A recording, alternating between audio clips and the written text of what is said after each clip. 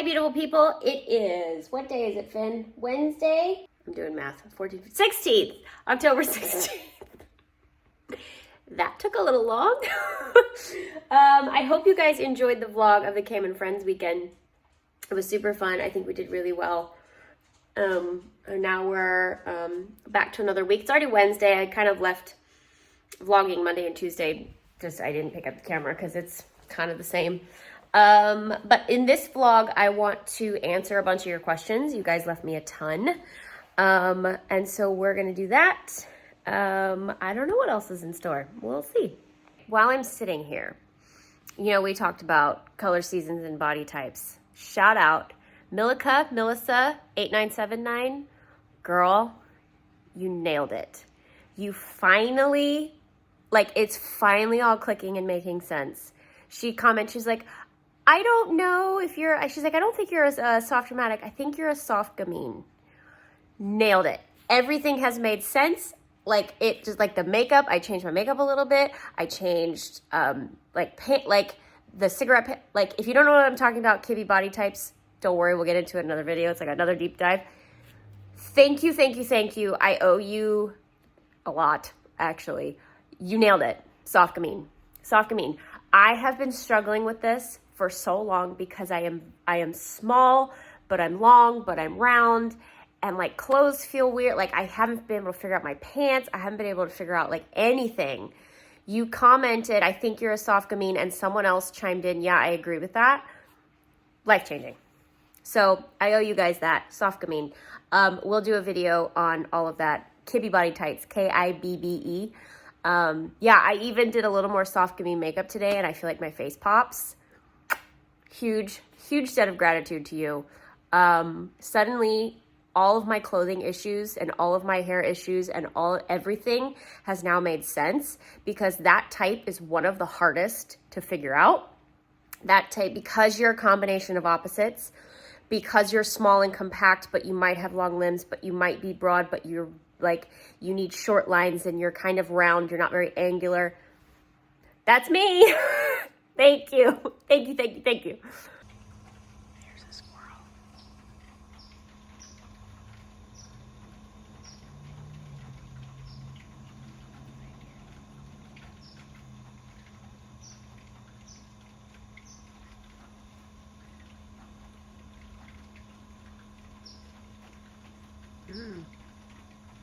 What do you think, baby?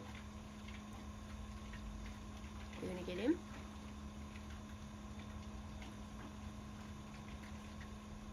Oh, you're gonna give up? You're gonna let him win? OMG. The squirrel won. Really? He got something in his mouth. Okay, well. You're gonna sit at my feet? Okay. Not sure. Now we're really not sure. He is still sitting there eating whatever he's eating. I don't know if you can see it through the blinds.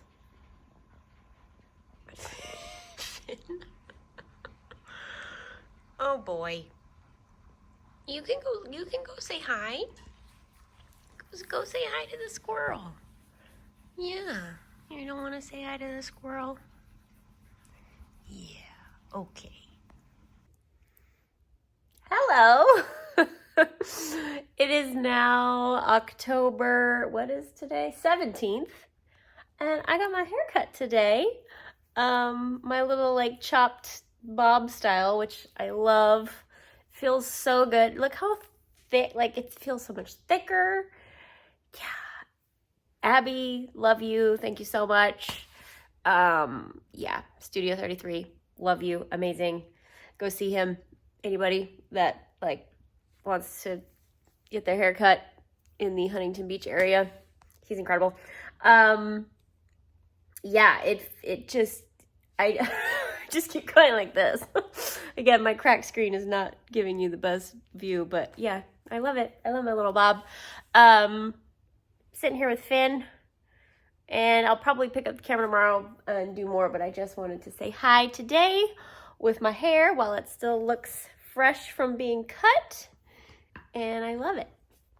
So just date night. We're at an Italian place now. A little far from our house, but it's so good. Mozzarella, focaccia. We've been looking for an Italian place since we came back from Italy, and we finally found it. Yep. This is good. This is amazing. Yep. We're very, very excited. Yeah.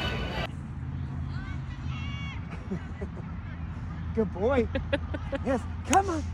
Come on. Yeah. He's like, I've never run this distance in Good my boy, life. come here. Hey, babe. Yeah. Pick it back Oh, up. no. Don't put it back in there. There you go. Good boy. Good boy. He's tired now. Where you at already? Where you at already?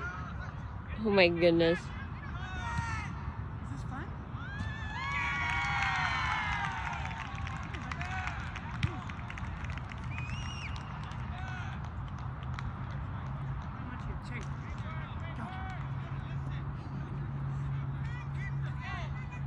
There you go. Okay, so I'm actually sitting on the floor, and the couch is behind me, and I'm sitting on the floor. Does anybody else do this? Like, I don't. As a dancer, it's like comfier on the floor. Also, I have a dog next to me too, so that's maybe part of it. But okay, I'm going back to the vlog that you guys asked questions on, and one of the main questions I got from all of you is you want to know the arrangement of the Nutcracker music I am playing on the piano. It's an arrangement of 2. I will link them below because you could actually find these scores free online because they're part of the public domain. One of them is extremely difficult, and it is I'm fairly certain it is the version that our rehearsal pianists used for Nutcracker. It is by Sergei Taneyev, and it is extremely difficult. I will tell you, you need about 8 more hands to play it. It is concert level. So most of it is that, but then if I get to a section, because again, I'm not a concert pianist. If I get to a section and cannot figure it out or it's too much, I go by my second one, which is actually the much more common score that was arranged for piano that a lot of people on YouTube play from. A lot of it is a very good score, but it's just not the rich version that, cause you have to remember when you're in a ballet company, and especially with Nutcracker, we only ever got the orchestra for the show. We never really did an orchestra rehearsal for Nutcracker. So you would do it for months to piano. And so I got used to this one version. And so that is why I just love the Taneyev version so much. Even though it is so difficult, I really try and stick by it. But this other version is much, much, much more, it's not simple by any stretch of the imagination, but it's much more playable for those of us that are not concert pianists. It's all in Russian, you guys. I'm not sure who arranged it, but I did find both of them online, so I will link them below. And I go back and forth. So if, like, I'll use the Taneyev as much as I can, and then I'll go to the, it's not simple. It's simple is the wrong word for it, but it is not as much lush feeling, because you have to remember the piano is trying to cover the entire orchestra. So it's less complicated. So yeah, I will link both below. But I kind of go back and forth. I pretty much stick to the Taneyev version until close to the end. And really, it's the same piece, it's just less notes. So if I just need a simpler chord or a simpler, run in the left hand, I'll go to the other version. How long did you take piano lessons? I took piano lessons from age 9 to 15. And then I moved to New York and I only played for fun. So really I took piano lessons for 6 years as a kid. And everything since then, I find I play much more for fun than when I was taking lessons. So, I love this question. This is super fun. If you were hosting a dinner party and could invite 5 characters from ballets, who would you invite? So not like ballet living people, like characters. Caraboss, 100%. Like, what is your problem? Why did you like turn into a school marm and like curse a kid because you didn't get invited to a party? Please tell me that. Giselle, like, honey, I would want to explain to her that you could do so much better and like don't waste your life. And he's a bad egg and you could have done much more with your future. Odile, because that would just be fun. Like, tell me your process. Like, how did you sway this man so much that he did not notice that your feathers were a different color? So Caraboss, Giselle, Odile, Dr. Coppelius, because I want to hear his stories. Like, tell me your stories.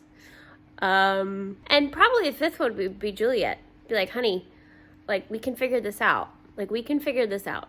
So, yeah. And this would be such an eclectic party. So you'd have Juliet and Giselle, who could kind of, like, commiserate together. You'd have Caraboss and Odile, who would just, like, tell me your process. And Dr. Coppelius, tell me your stories. Wouldn't that be fun? Because then you could also do, like, I don't know, all the leading ladies. And, like, you know, if that was the case, then Aurora would be sitting. If we did a leading lady dinner party, Aurora would be sitting there like, I'm just perfect and everything's fine.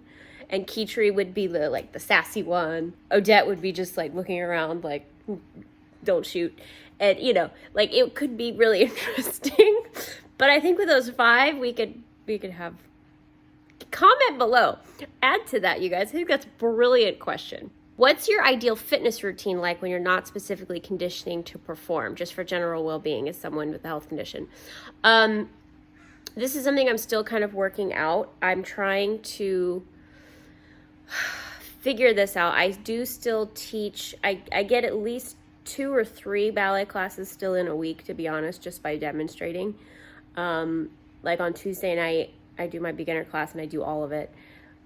Typically online Zoom class, I do all of it. So I'm trying to come up with other fitness things that I can stick to. I walk Finn twice a day. That's a big one for me.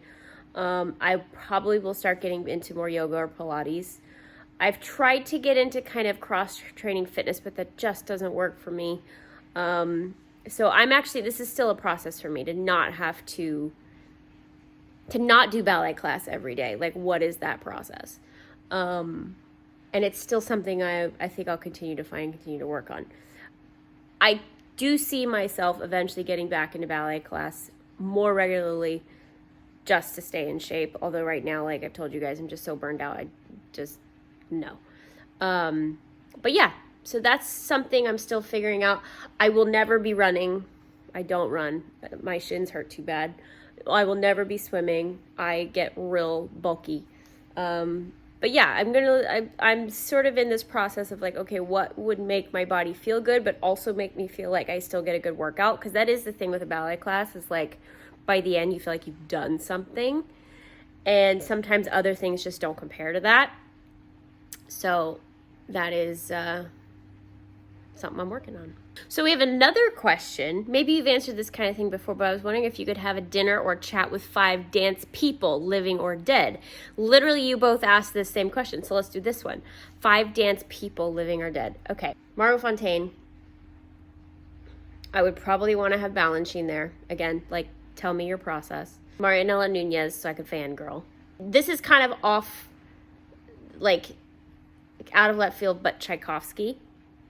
He's not directly ballet, but he composed ballet. I would want to know, like, what went through your head to create. Like, for me, that's what's always so incredible about composers, is like somebody had to think this stuff up that has become so iconic. You know what I mean? Like songs too, like, I don't know, like an Alan Menken for Disney. Like, literally these songs that everyone knows, he had to think them up.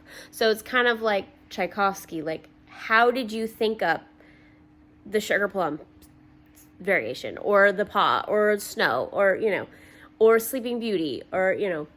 And so Balanchine Balanchine, Margot Fontaine, Marianella Nunez, Tchaikovsky, and maybe along with Tchaikovsky, like Petipa. Like, tell me how you came up with this. I want to know. That's one of the things I'm fascinated by. Like, where did these ideas start? Balanchine, where did these ideas start?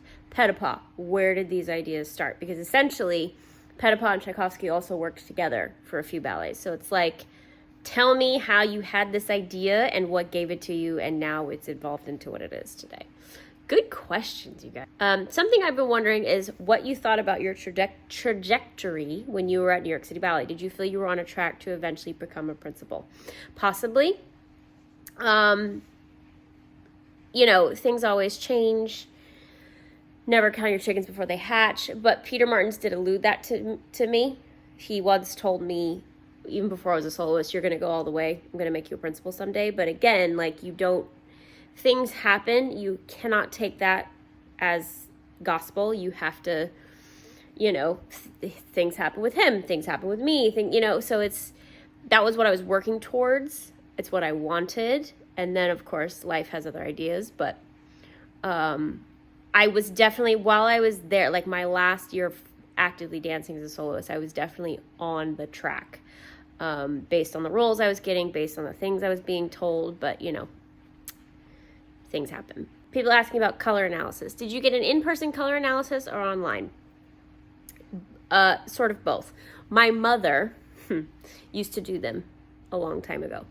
And she was like, I pinned you as a summer when you were 4. So my mom used to do them. She was trained. Fun fact. But she was trained in the 4-season system. Back in the 70s and 80s, it was only spring, summer, winter, fall. Like, only the 4 seasons. Now there's like a 12-season system and a 16-season system and all this stuff. So I knew I was a summer. A couple people had been telling me I was a winter, but we established that was wrong. But then I did get one online. I will link her below. She, image consultant Maidenhead. She is in the UK. Her name is Francesca. She has different packages. I did one online with her because I liked all her content on Instagram. She shows all the time different color analysis and how she would style certain celebrities and things, and just all of them looked good, because you'll see them on Instagram, on YouTube, and sometimes they're like, this person is a winter, and you're like, But hers, every single thing she posts, I think looks amazing. So I confirmed, I just bought one of her packages to confirm my color season, and I am a soft summer. So my mom was right in that I'm a summer, but she further broke it down soft summer for me, because some summer colors are too bright. So, okay.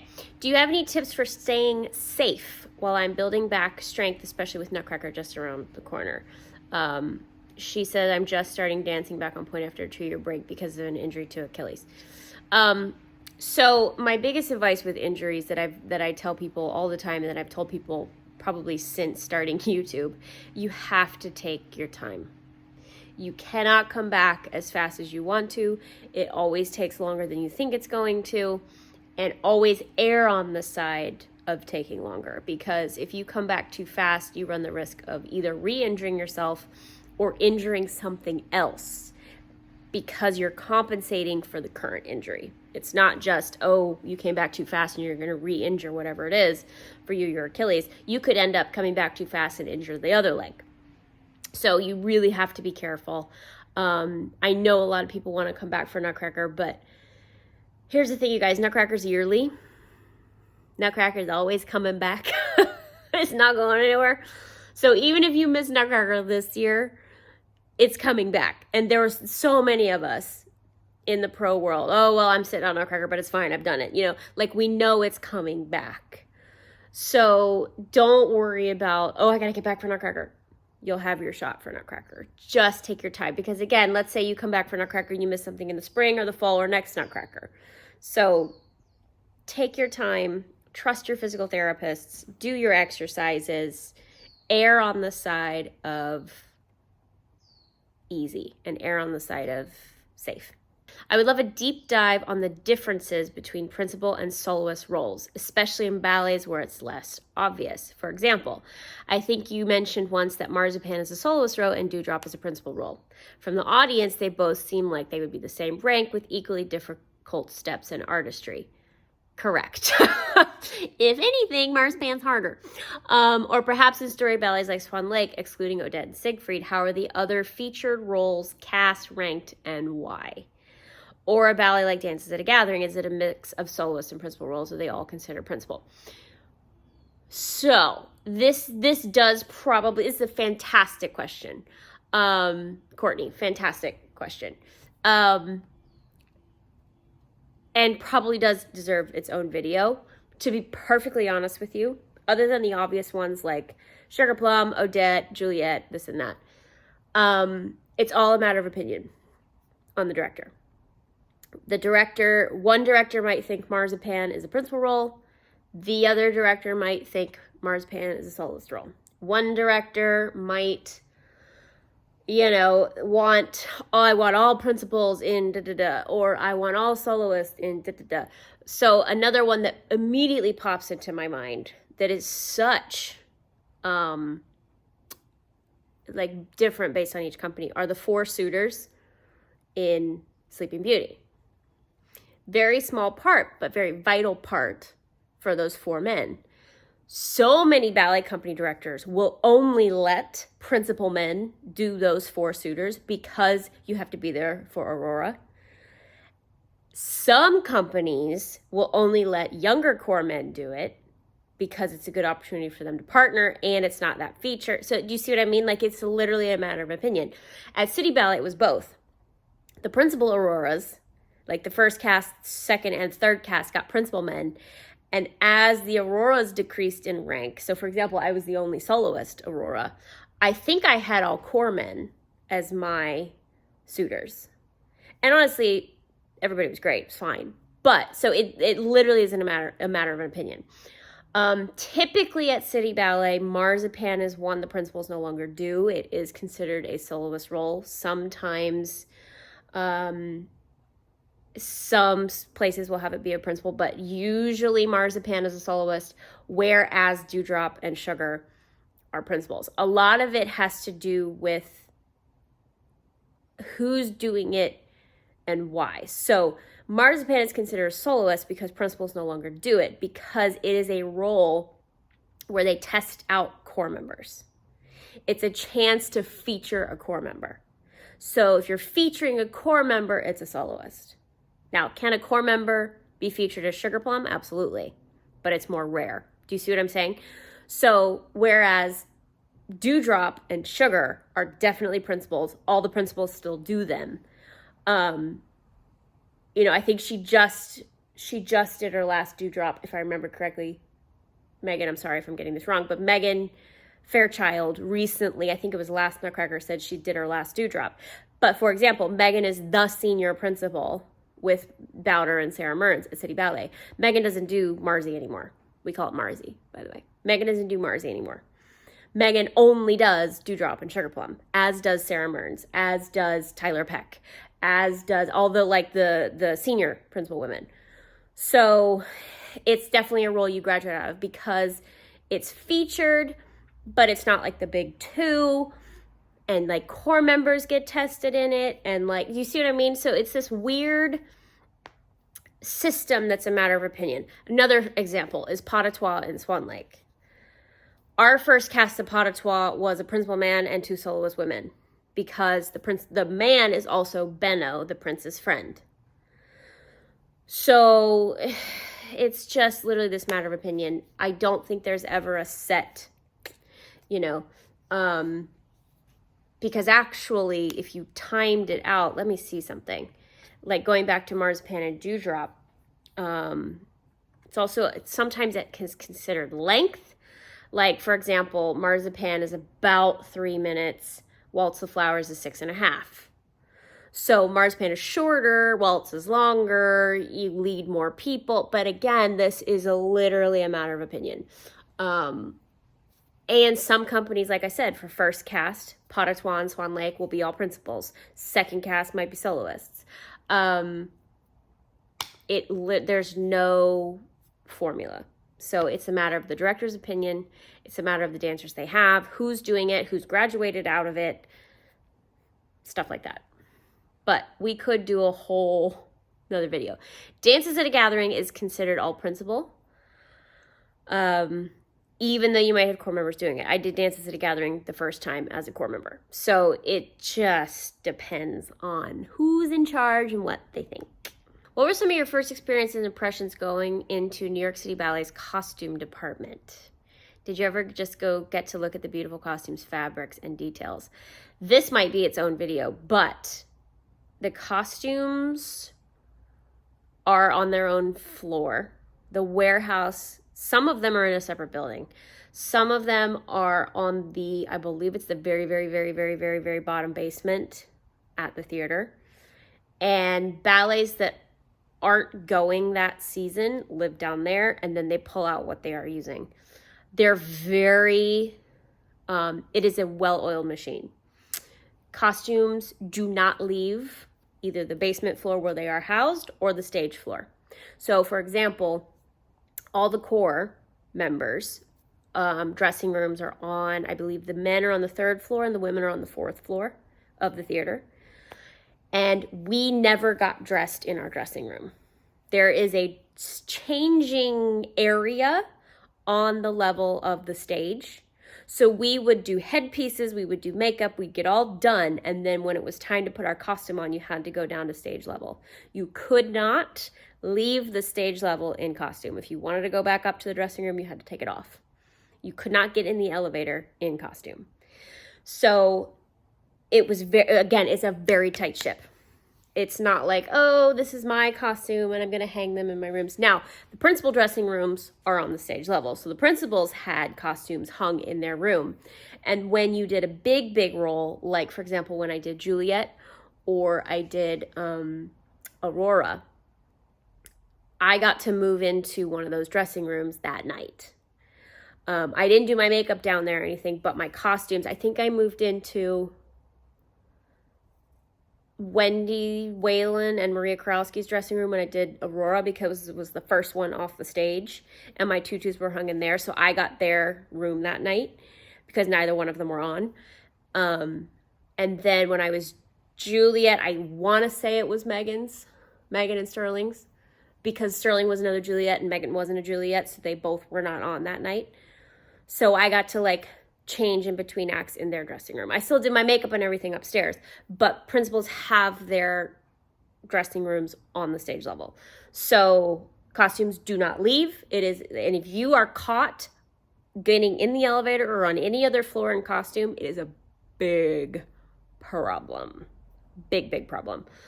So yeah, it's a tight ship, but and then you don't get to like go wander around the costume house. That's not how it works.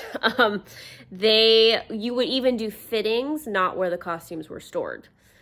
The costume shop where they would create things and alter things was a whole different room in the theater and a different room where the studios were. They had 2 of them. There are 2 costume shops. So yeah, it's a tight ship. But yeah, if you want a bigger video on that, let me know. If you hadn't pursued dancing professionally, what would you have done instead? Either I would want to have been, and that was terrible English, I would have wanted to have been an actress or something in the beauty industry. Finn is so cute. Did you rescue him? Yes. Yes, we did. We know he's about 1.5 years. We don't know anything else. We don't even know what he's mixed with other than he looks like a lab, so. Okay, so we've been doing this Q&A a while. If you have any more questions, leave them below.